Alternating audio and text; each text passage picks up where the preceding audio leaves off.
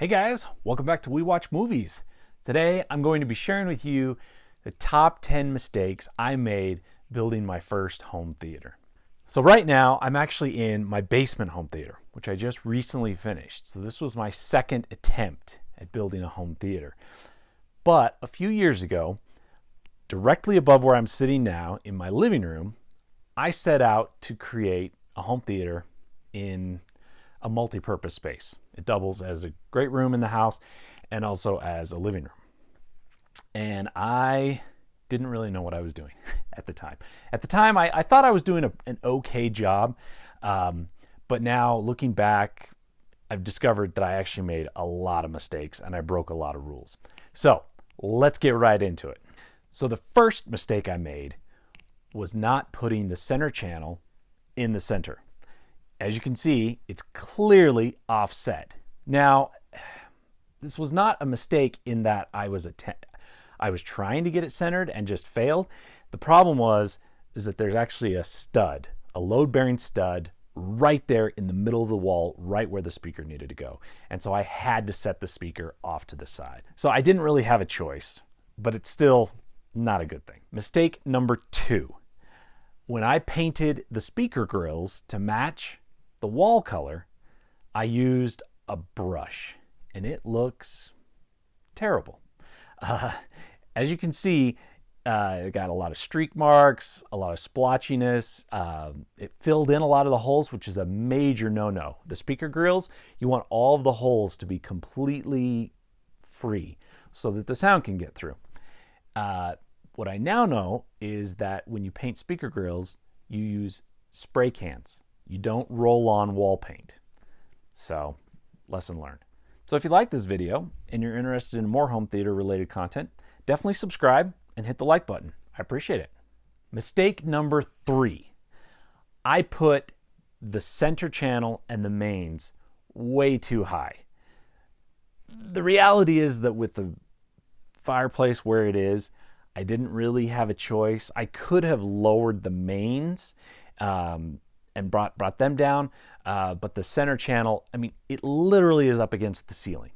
And so when you're sitting on the floor, the speakers are so far above you, most of the sound, all the best sound, is literally going right over the viewer's head. When you're setting speakers, you want the tweeters, the center of the speakers or wherever the tweeters are, to be as close to ear level as possible. And in this setup, I pretty much got them as bad as I possibly could. Mistake number 4.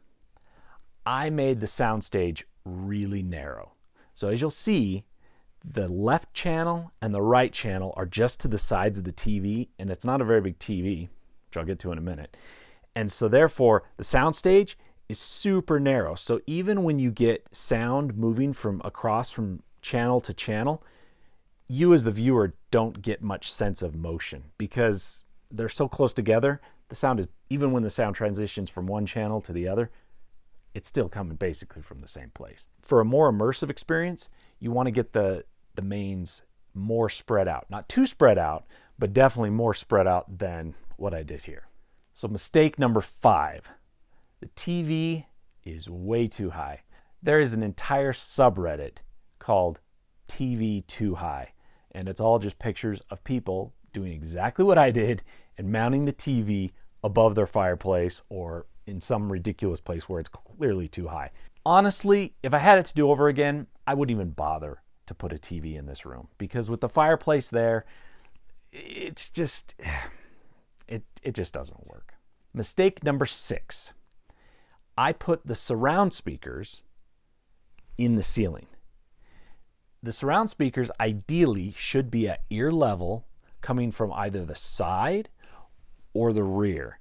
And I got neither of those because the speakers are directly above the viewer in the ceiling. That's where you want Atmos speakers. What I should have done was put the side surround speakers right there on the side walls on either side of the viewer and then use those ceiling speakers as Atmos speakers. Instead, what I have here is a 5-channel setup. I've got a center, mains, and 2 surrounds. and the speaker is capable.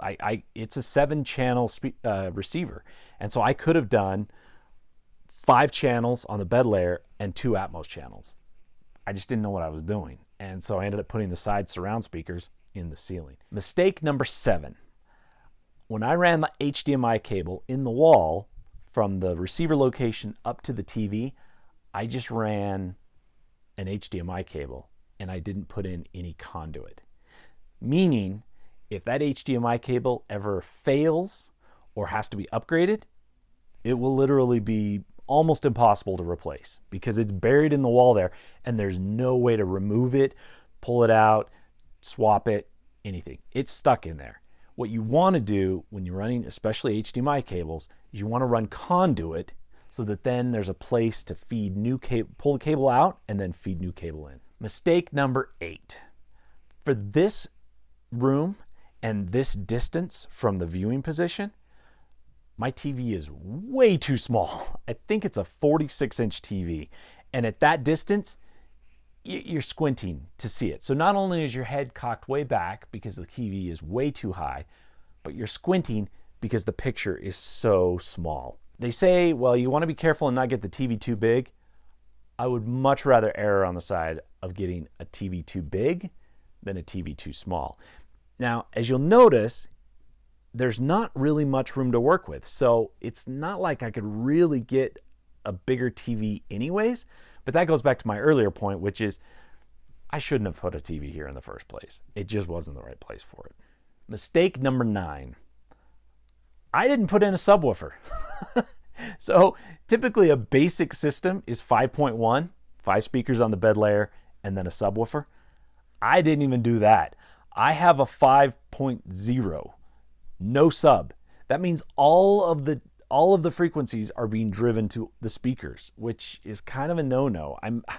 Fortunately, they're not very expensive speakers, but it's possible that I've done some damage to them over the years because there's no sub, and so they're getting the full range.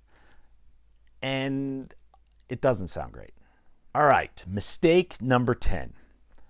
There's no sound treatment in this room. Now, part of it is that this is a living room, and so it's not really feasible or realistic to have acoustic panels on the walls.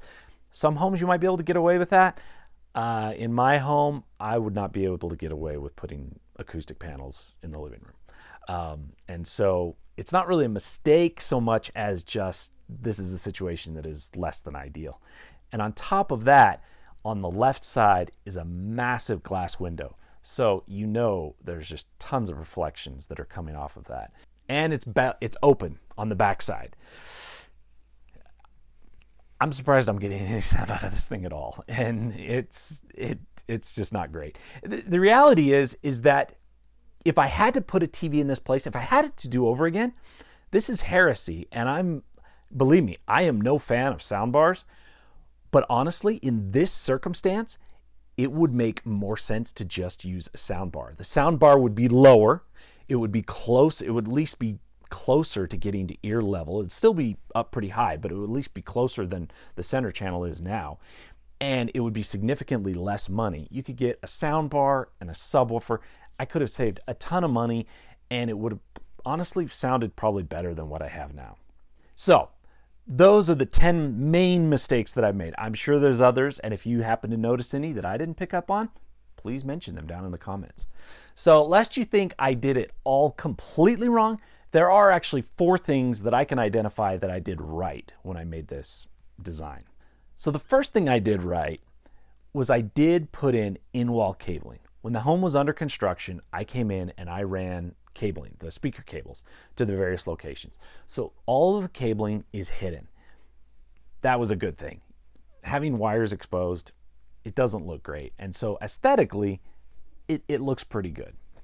The second thing I did right is I ran a hardwired Ethernet connection to the receiver location so that the receiver and the Apple TV and the Blu-ray player, any devices that I need to connect up, are all able to have a hardwired internet connection, which is always significantly better than a Wi-Fi connection. And the third thing I did right is I hid the equipment in a nice cabinet. So when the cabinet is closed and you walk into the room, you'd never really guess that there's an entertainment center there. It's all tucked away, and it's pretty well hidden. Now, once you get inside the cabinet, it's kind of a mess, and I'm not proud of it. But at least when you can close the doors, and it looks pretty good. And the fourth thing I did right was I used in-wall speakers.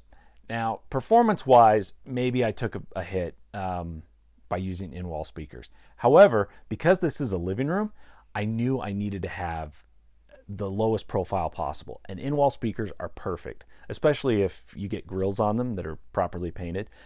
But even the ones that I put in that don't look great, they're pretty well tucked away, and there's no risk of them getting knocked into or somebody banging their head on them, and so they're out of the way. So that's a walkthrough of my first home theater attempt. Fortunately, a few years later, I was able to make a second attempt here in my basement. And if you're curious how this basement turned out, I do have a video with a video walkthrough, and I'll link to it right up here, and you can watch that video and let me know what you think. In the meantime, thanks for watching.